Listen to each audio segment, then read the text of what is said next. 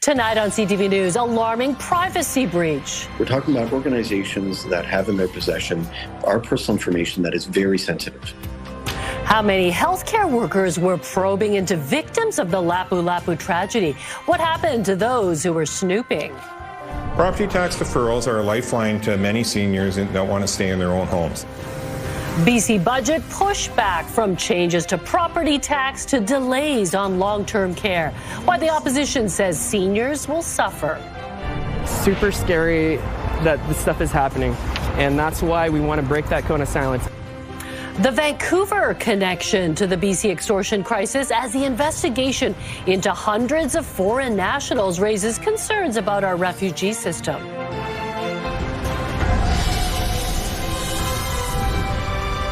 This is CTV News with me, Jung Lee.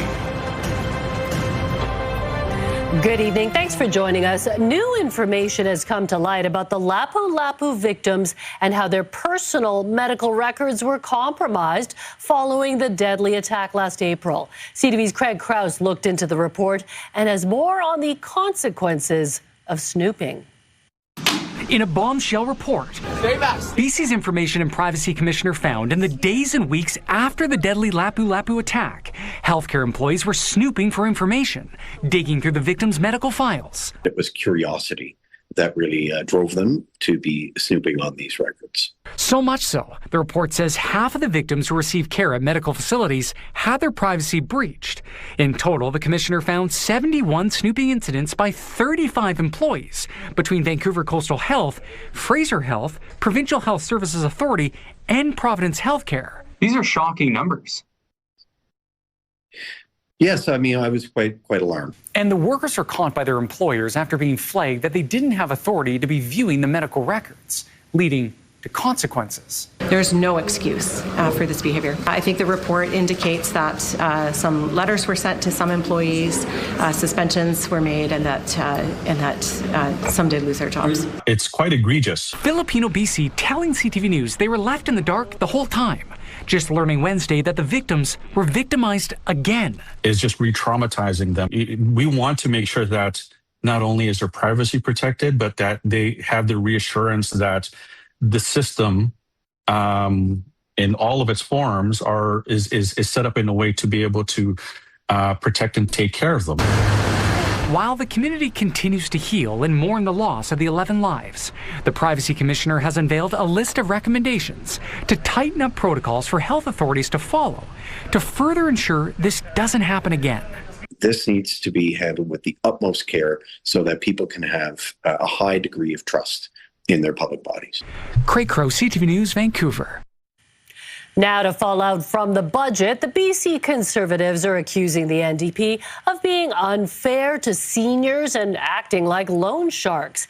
The attacks played out in a fiery round at the legislature, with the NDP insisting these tough questions had to be made. CTV's Sinjan Alexander has the details.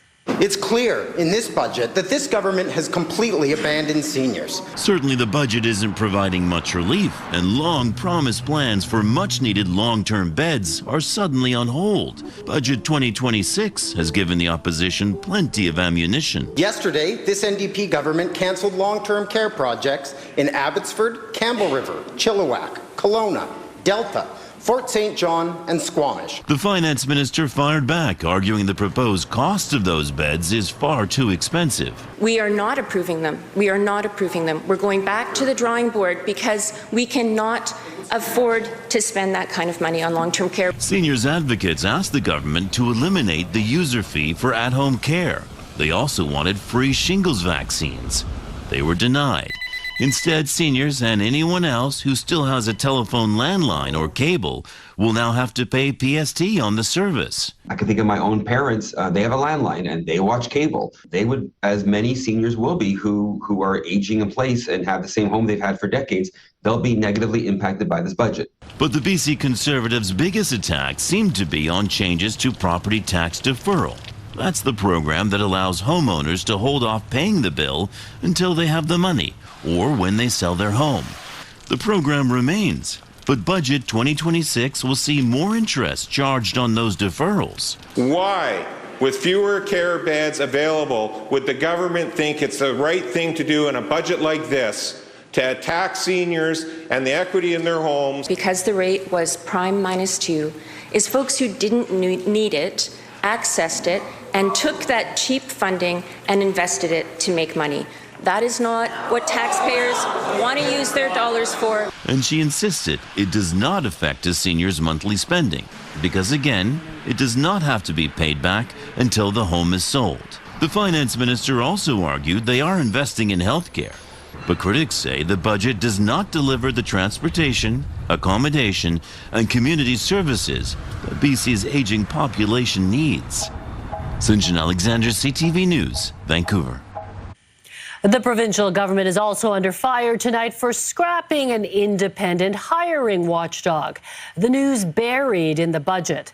The Merit Commissioner is there to make sure public service jobs are awarded to the best possible candidate and not to political friends and insiders. CTV's Martin McMahon has that story. When will this Premier stop gutting the last bit of merit left in this government? In question period in the legislature on Wednesday calls for the NDP government to reverse course after axing the office of the Merit Commissioner. Instead of eliminating the Merit Commissioner, we should be looking at how we expand that scope. And the fact of the matter is that this is a policy decision that this Premier and this government actually hid in the budget documents, which to me is I've never seen before. Its role was to make sure appointments to and within the BC Public Service are based on merit rather than political loyalty. The Commissioner is essentially a watchdog to review hiring, promotions, and transfers. The move is now facing many questions. Frankly, it's inappropriate to try and slide this into the budget and then basically forego consultation under the excuse that, that it's part of a budget review. The fact the decision wasn't announced prominently and buried within budget documents isn't a good look, according to this political scientist. The optics of the decision are clearly problematic, and to do so without making noise about it ahead of time to engage in consultations deepens the challenge. But the finance minister insists merit-based hiring will persist even when this office is closed. Last year alone, when the Merit Commissioner reviewed 276 audits of hirings and appointments in the public service, Honourable Speaker, they found, quote, no evidence of patronage in any appointments, Honourable Speaker. The scrapping of the office of the Merit Commissioner will mean a savings of $2 million a year. Martin McMahon, CTV News, Vancouver. The NDP is also facing backlash over changing its supports for children and youth with disabilities. CTV's Lauren Pullen is following this story. And Lauren, what are the changes? Mijung, the NDP introduced a new $475 million BC Children and Youth Disability Benefit, which it says provides vulnerable kids and their families more support than ever before. But it also means ending the current autism funding program. When the Premier first took office in 2022, he told autistic children they would keep their direct funding. And he said, and I quote, every child in BC should have the supports they need to thrive, end quote. 4 years later, the Premier strips those families of the individualized funding they fought so hard to keep. I understand anytime there are changes in a system, that can be challenging. As a mom, I understand that. We will work alongside families with them every step of the way. The province says it expects about 15,000 more children will receive direct funding under the new program, but an estimated 5,200 children who are deemed to have low needs will receive less support than before. The autism funding program will end in March of 2027. Meech. Okay, thank you, Lauren. The province is introducing new legislation aimed at strengthening trade with the rest of Canada. This is 30, 40 years of discussion about removing barriers. And we as collective across the country were able to remove trade barriers for goods and services within 1 year. And so it shows you that anything is possible if everybody is committed to working together. The new Trade Recognition Act, or Bill 5, would make BC's current interprovincial trade framework permanent. Goods and services approved in other provinces would be approved to be sold or used in BC under Bill 5. The province has also signed an economic deal with the Yukon with the potential of connecting electrical grids with the territory. The extortion crisis has now made its way to Vancouver. The VPD says it's now investigating 4 extortion cases linked to the city in the last 3 months. CTV's Isabella Zavarisi has more. Targeted shootings and threats. For more than a year, violence has plagued Surrey and the Fraser Valley. These crimes now creeping into other municipalities. Police revealing Vancouver is no longer immune. What I can confirm at this time is that we do have 4 active and ongoing Vancouver police investigations that are being led by our major crime section with Vancouver Police. The VPD says some of the incidents took place in different cities, but involve victims who either live or have businesses in Vancouver. This is not a Surrey problem. It's not an Abbotsford problem. It's a Lower Mainland problem. It's a BC problem. In at least 2 cases, the VPD has partnered with the Surrey Police Service and the province's Extortion Task Force. Police say they've issued 2 warrants and arrests and are close to doing the same for the other files. Our hope isn't just to bring these people to justice, but it's also to restore faith in the public that, hey, if you commit crimes in Vancouver, Surrey, Abbotsford, you will be brought to justice. In November, the VPD hosted an extortion forum. At the time, they had not recorded any cases. On Wednesday, police wouldn't say when or where the most recent incidents occurred, only that they happened within the last 3 months and that there could be more. Super scary that this stuff is happening. And that's why we want to break that cone of silence. If you know anybody that is going through this, that is potentially a victim, that is afraid to come forward, please reach out to them, let them know that they're not alone. All 3 levels of government are trying to tackle this ongoing crisis through funding, additional RCMP officers, and a regional task force. As for how the Vancouver Police Department is contributing to the Provincial Extortion Task Force, the VPD says it has more than 40 officers providing support. Isabella Zavarisi, CTV News, Vancouver. We now know who will be part of a new extortion advisory group meant to act as a link between the community and law enforcement. We have one common goal. It's peace, it's freedom, and we need to collaborate with that goal in mind. And there's zero doubt in my mind, and I know it's a bold statement, we're going to get through this because everyone's taking it absolutely seriously. Former RCMP investigator Paul Dadwal will head up the Community Advisory Group, which will also include veteran Mountie Baltej Dillon, Surrey MLA Gary Begg, and former Attorney General Wally Opal.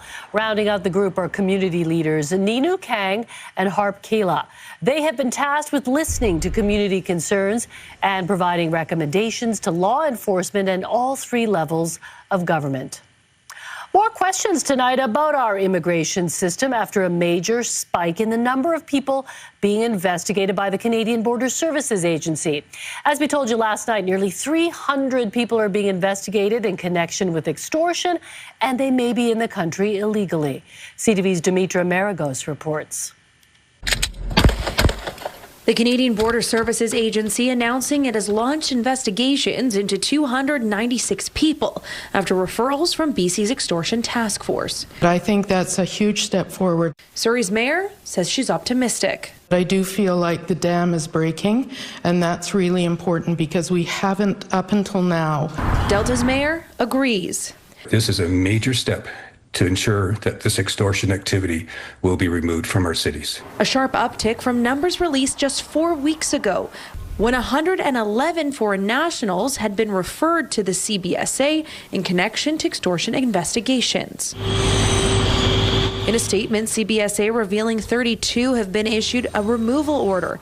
Another 9 cases are currently pending an admissibility hearing before the Immigration and Refugee Board of Canada. The public is going to question the foundation of our refugee determination system because of this. Immigration lawyer and policy advisor Richard Kurland says if one tries to get refugee status, the removal process pauses. The deal is when you push the button and make that refugee claim, everything stops. And he adds the process takes time. When claiming refugee status gives you a minimum 3.5 years here.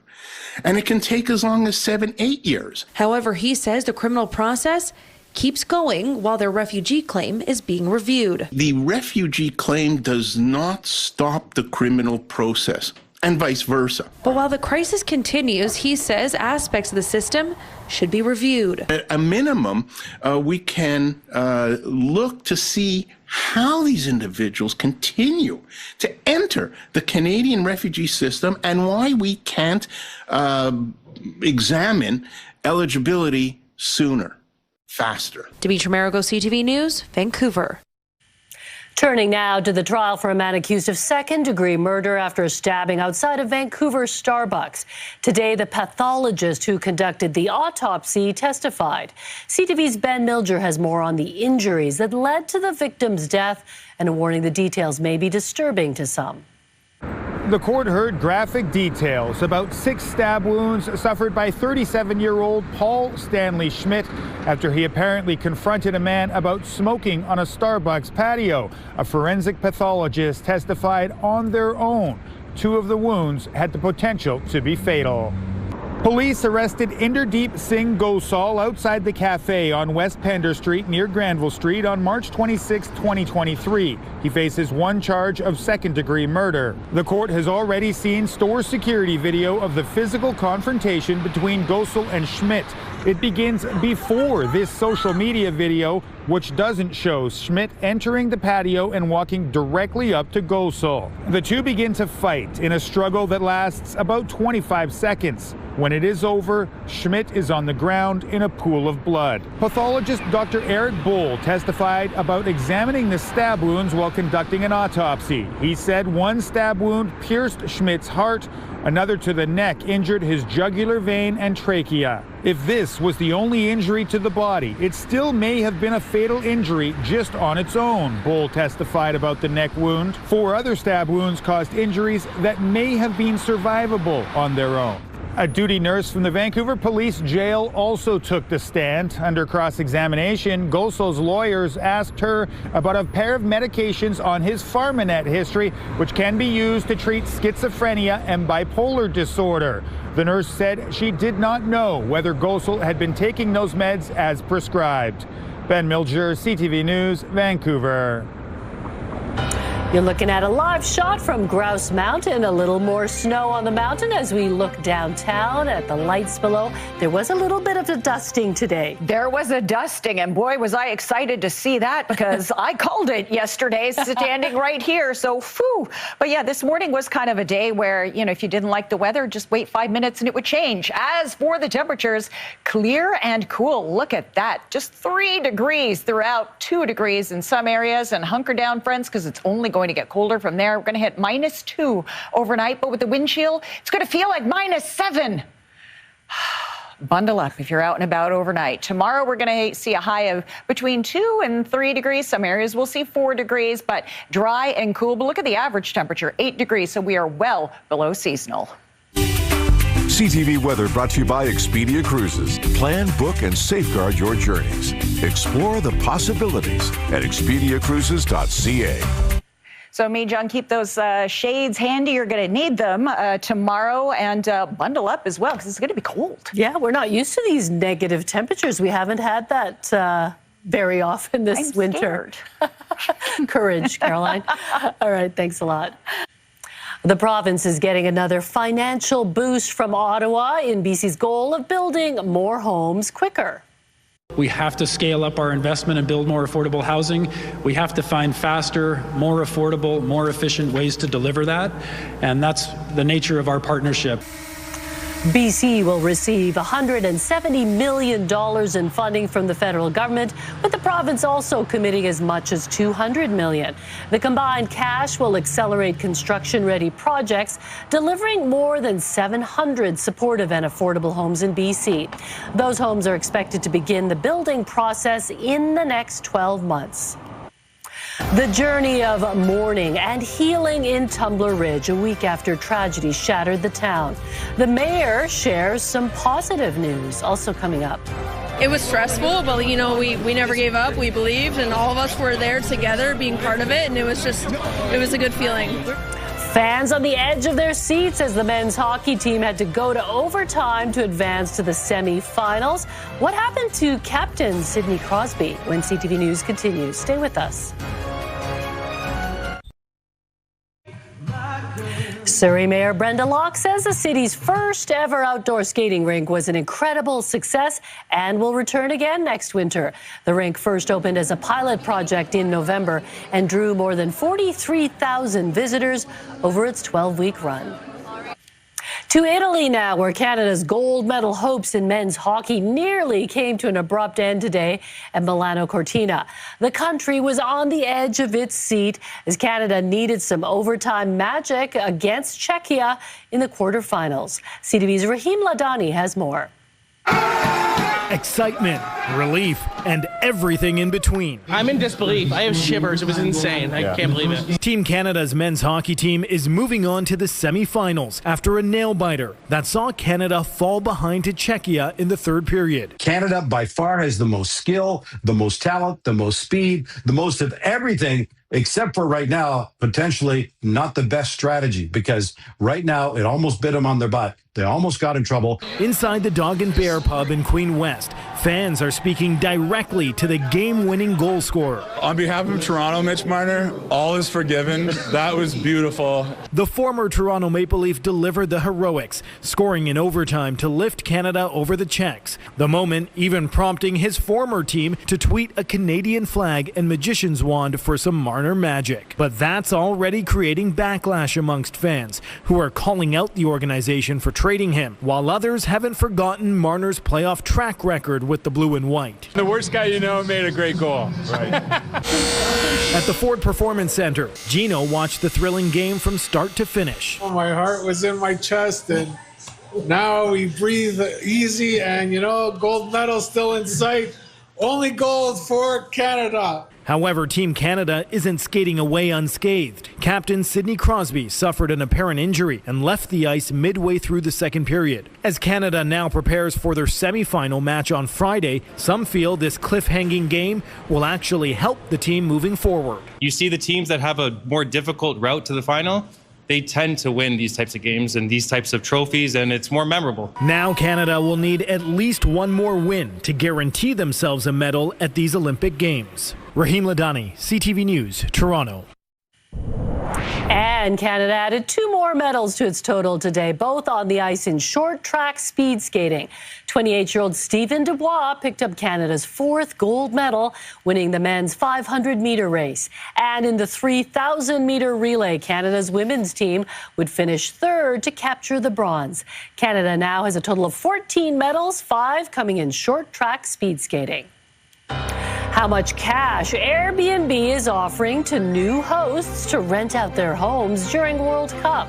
Also coming up. I want to make sure these youth, children, the adults, all the first responders have everything they need in this community. Calls to make sure the town of Tumbler Ridge continues to receive support. Some good news on one of the survivors on CTV News at 6. With many people demanding to know why the Tumbler Ridge shooter had confiscated guns returned to them, the province says it's working tirelessly to figure it out. The police are investigating, and they have investigative tools to get to the bottom of questions that I know the public has. I'm going to be watching that investigation along with the Premier, and we will make sure that if there are still unanswered questions, that we will get to the bottom of that. Police confirmed the suspect, Jesse Van Rootselaar, had a gun license that expired in 2024. Police seized and then returned the guns despite Van Rootselaar's history of mental illness. They have yet to reveal if the guns found at the scene are the same ones previously taken. Meanwhile, some families in Tumbler Ridge have begun the painful process of saying goodbye. But there is positive news about one of the survivors. CTV's Michelle Bernaro has that story. 19-year-old Paige Hoekstra suffered serious injuries during the shooting at Tumbler Ridge Secondary School that left 5 students and an education assistant dead. But the mayor of Tumbler Ridge says Paige is now back in her community. Hearing yesterday that Paige was released from the hospital the day before and came back to the community yesterday, that's amazing. people sending prayers, and, now we're waiting for Maya. 12-year-old Maya Gabella was also shot and is being treated at BC Children's Hospital. An update on a GoFundMe page says she went from not moving at all to moving more and more each day. And now the nurses have adjusted your ventilator to pressure support because you're taking your own breaths. What an amazing milestone. But other families continue to grieve the loss of loved ones. A post from a funeral home says a celebration of life is planned this weekend for 12-year-old Kylie Smith. People are grieving at their own speed, and what you're seeing around the community is people getting together and hugging and talking. The mayor, who has praised the efforts of first responders, believes the province will continue to provide the long-term counseling and support the community needs. My thoughts are I want 6 months with boots on the ground, and then let's relook at it and see if we need to extend it for the year. Meanwhile, as efforts are made to return children to school, with portables being set up, the mayor says any long-term decisions about the high school need to involve the whole community. I think there has to be dialogue from the community as a whole, the students, the younger students that go to school, the teachers. RCMP continue to investigate the horror that unfolded in this small community after Jessie Van Rootselaar first killed her mom and stepbrother and then headed to the high school where the killings continued. She later turned the gun on herself. The mayor says what the community needs now is time so they can start to heal from a tragedy where so many questions remain unanswered. Michelle Bernoro, CTV News, Vancouver. We now know why a gondola full of skiers suddenly crashed to the ground at a BC resort. Also coming up. We're noticing that the message doesn't seem to be getting across that this can happen to anyone. A warning about people posing as police, how a Burnaby couple lost $300,000 to scammers. Coming up on CTV News at 6. It has been nearly 1 year since a gondola full of skiers fell to the ground in Golden, and today we found out why. Technical Safety BC says an unidentified crack in the hanger arm was one of several abnormal conditions that led to the incident at Kicking Horse Mountain Ski Resort last March. Video posted to social media showed the cabin on the ground near the base of the lift after falling about a meter from the cable. 8 passengers had to be evacuated, but only minor injuries were reported. The gondola reopened to the public in September. A rock slide has shut down a popular route near the BC-Alberta boundary. The slide in Sinclair Canyon closed Highway 93 in both directions just north of Radium Hot Springs. The Hot Springs pools have also been closed until at least tomorrow. It's not believed anyone was injured when the rocks tumbled onto the road. It may drop a degree or two below zero overnight here on the South Coast, but that is practically beach weather compared to the temperatures in Calgary. The daytime high was about -20 today, but with wind chill, it felt more like -30 or 40. So cold that even the local ski hill shut down. Heaters have been running full blast at mobile warming stations to provide the city's most vulnerable a reprieve from the bitter cold. Yeah, I've been to Calgary when it's -25. It's not pretty, and the sunshine is really deceptive. You see the bright sun and you think, oh, it's not too bad. And then you go outside and it just hurts. No. Cold is cold, me, John. Yeah, I was speaking to a friend of mine who lives in Calgary, and I said, oh my gosh, it's going to get so cold here. And she was just like, you know what, Vancouver? Stop talking. Just stop it. This is true. Yeah, so we have nothing really to complain about that much here. Let's take a look at the current temperature in Vancouver. Yeah, it's cold. 3 degrees right now. It is going to dip below freezing overnight, yes, but the winds are calm. The temperature is cool. An Arctic ridge of high pressure is lingering over the province, bringing in an Arctic outflow warning to parts of the North Coast Inlet, including Terrace, and that warning is expected to stay through tomorrow morning. Now, this ridge is moving south, bringing in these very cool temperatures, way below seasonal, but largely dry. The southern interior could see some morning flurries, and that will pass through, bringing in mainly clear skies tomorrow. As for the next 24 hours for the city of Vancouver, look at that, -2 overnight. With the wind chill, it's going to feel closer to -7. I'm yelling This is traumatizing. Yes, my 2 degrees tomorrow, 2 to 4 degrees, but it's going to be sunny and sunny in Port Hardy as well. 3 degrees, Kelm River, Comox, mainly sunny skies. You're going to see highs of 3 as well. Mainly sunny skies throughout the South Island. Tofino, you're going to see some sunny breaks. 6 degrees though, 4 degrees from Port Alberni all the way down to Victoria. Victoria, you'll see a mix of sun and cloud. Powell River, Seashell, mix of sun and cloud there. Whistler, same, some sunny breaks, -2. Squamish, going to see a high of 3 degrees. Going to see some sunny breaks. And tomorrow, bring your shades to work because you will be needing them. It's going to be a sunny morning and then mainly sunny throughout the lower mainland tomorrow. Highs hovering right around 3 degrees, which is way below seasonal. Usually we're about 8 degrees now, so much, much cooler. But a nice sunny day tomorrow. Friday, the clouds roll in. Saturday, Sunday, the temperature goes up, but the rain comes in. So, you just got to pick your poison here. And the wet weather will remain with us throughout the rest of the week. But tomorrow is going to be a nice sunny day. CTV Weather is brought to you by Expedia Cruises for air, land, and sea vacations. Yeah, the sunshine always helps, as long as you're not in the shade, right? Just seek the sun. Yeah, find the little, like a cat, find the warm, sunny spot and just walk on that side of the road. Exactly. That's what I do. Me too. All right. Thanks, Caroline. Prime Minister Mark Carney was in the Lower Mainland today to help ring in the Lunar New Year. Carney rubbed elbows with the crowd at the celebration in Richmond, taking photos and handing out red envelopes. Also on the agenda today was a visit to an affordable housing project in East Vancouver. Tonight he'll be at a private Liberal Party fundraising event. How a Burnaby couple was scammed out of $300,000, also ahead. I feel scared because I don't have that money. I'm just a student. How accepting skincare samples turned into signing a contract. She now owes $14,000. That story ahead. Time now for tonight's Skywatch, a calm day at Kids Beach, looking at the snow-capped mountains in the distance under an overcast February sky. CTV Skywatch is brought to you by Kermac Collision and Autoglass, the name you'll remember when it matters. Kermac cares for kids.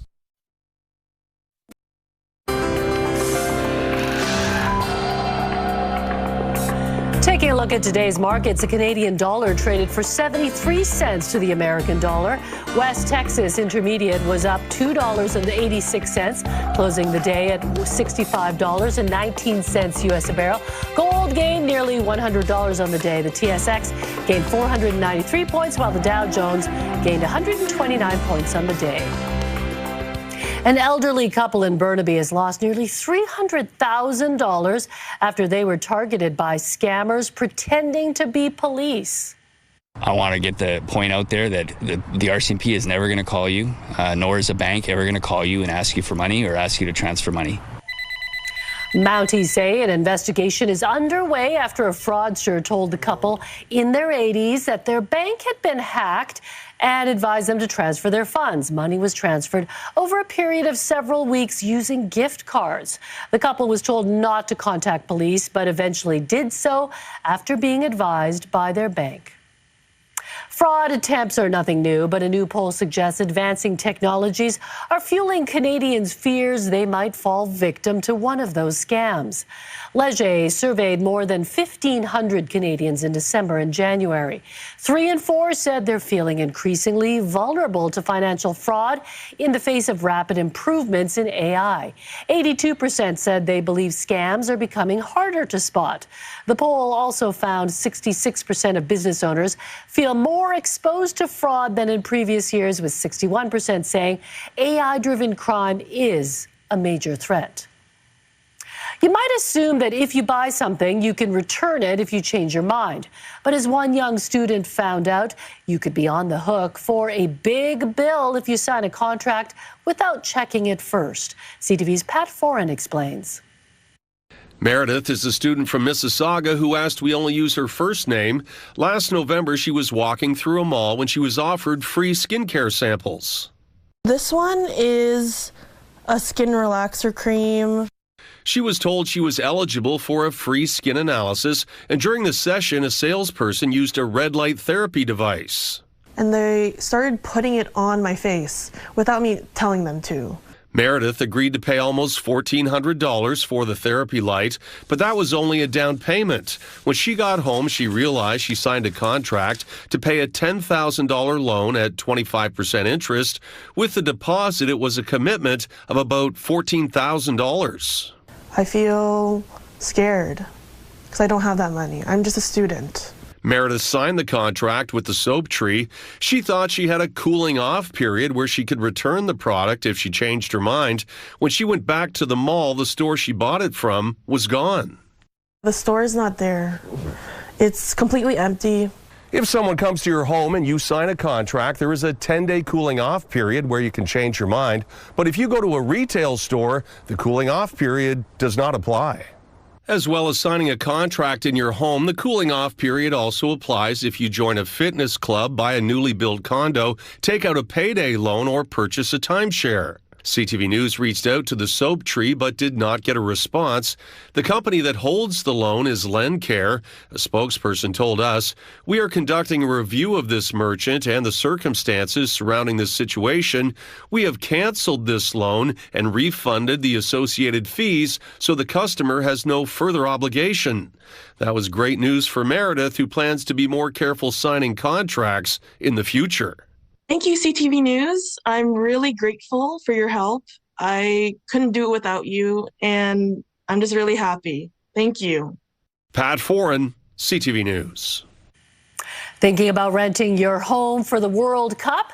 Airbnb is moving the goalposts so first-time listers can make even more money. The details just ahead. Plus, Hobbit House. Adam finds out how digging in the dirt led a man to realize a dream under the ground. Next on the Sawatsky Sign-Off. Right now, here's Carrie with a preview of Your Morning Vancouver. Well, more than a week after the tragedy that changed Tumbler Ridge forever, how is the community recovering? Thursday on Your Morning Vancouver, we'll check in to learn how families are doing as the investigation continues. Also, a closer look at why Canada's food inflation is the highest in the G7, the structural changes that are getting in the way. We'll see you in the morning.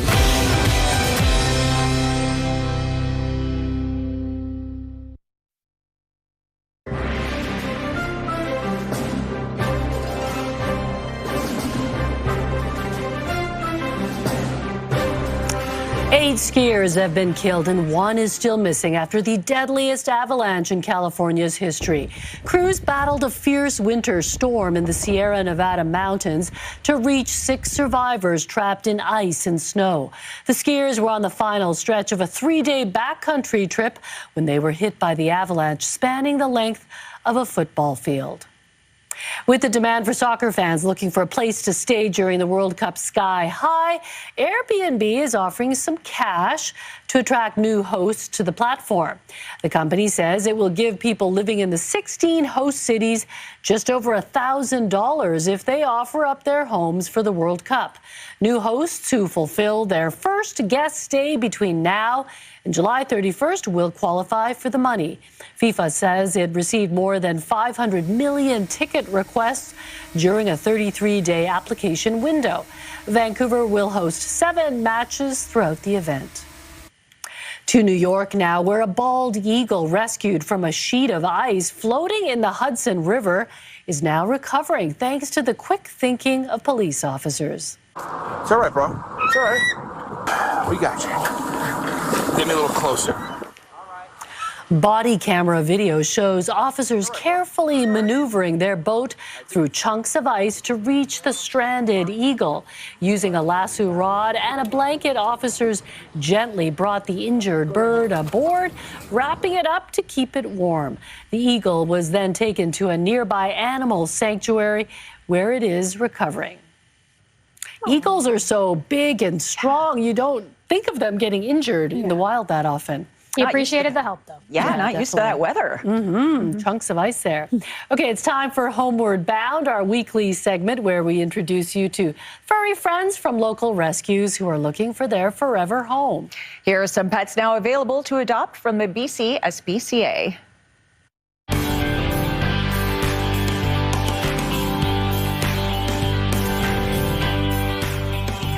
Okay, meet Pop Poppy, a 6-year-old Saint Bernard with a heart just as big as her paws.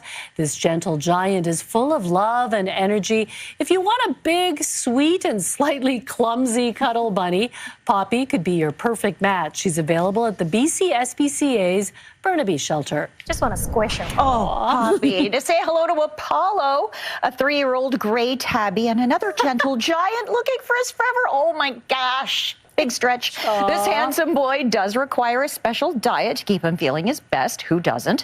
But he'll repay you with plenty of affection. Apollo is waiting to meet you at the SPCA in Vancouver. Oh, I'm glad we both said good stretch. Deserved it.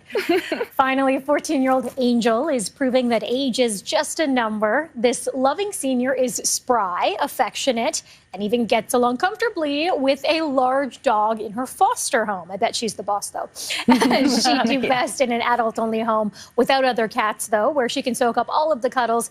Angel is available at the SPCA in Vancouver. What an angel she is. Oh, that face. Caroline, I think you are tempted. I know you only have one cat. Are you looking for more? I'm always looking for more. My poor husband, I'm going to come home with a barrel of cats. Yeah, this is dangerous reading these little profiles, really isn't it? Okay, for more information, you can head to adopt.spca.bc.ca. Just before we get to the Sawatsky sign-off, Lauren has a look ahead to your late news. Mija, we'll have an update tonight on the Surrey police transition, including the next region being taken over and when that will be finalized. And an overwhelming yes to strike action from BC paramedics and dispatchers. The numbers are in on the strike vote. We'll have more on what happens next and what it could mean for frontline healthcare. Okay, thanks a lot, Lauren. Finally, Adam meets a man who wasn't afraid to get his hands dirty to create a getaway inspired by one of his favorite movies on this encore Sawatsky sign-off.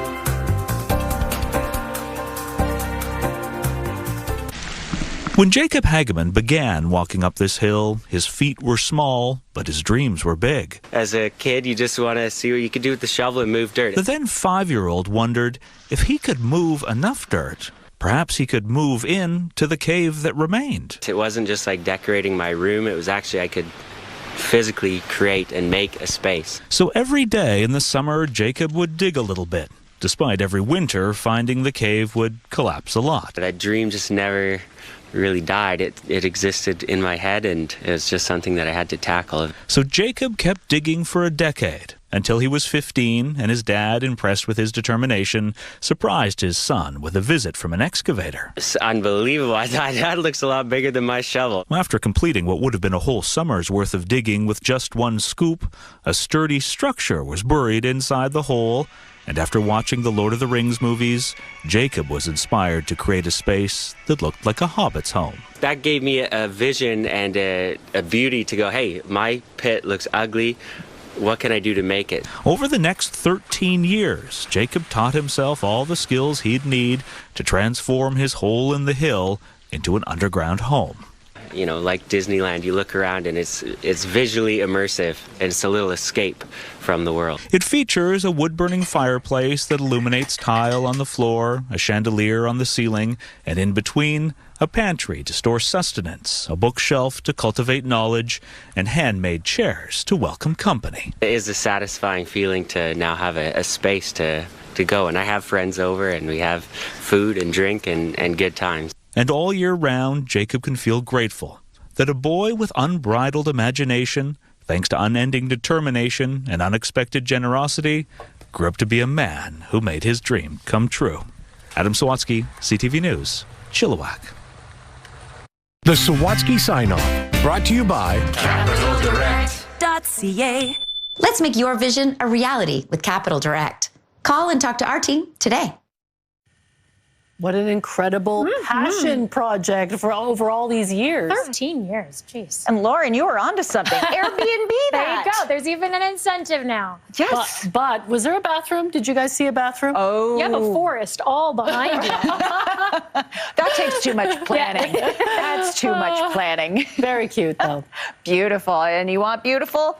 Another great segue. Here's your scenic snapshot. Look at this one. Michael, Michelle, thank you for sending this in.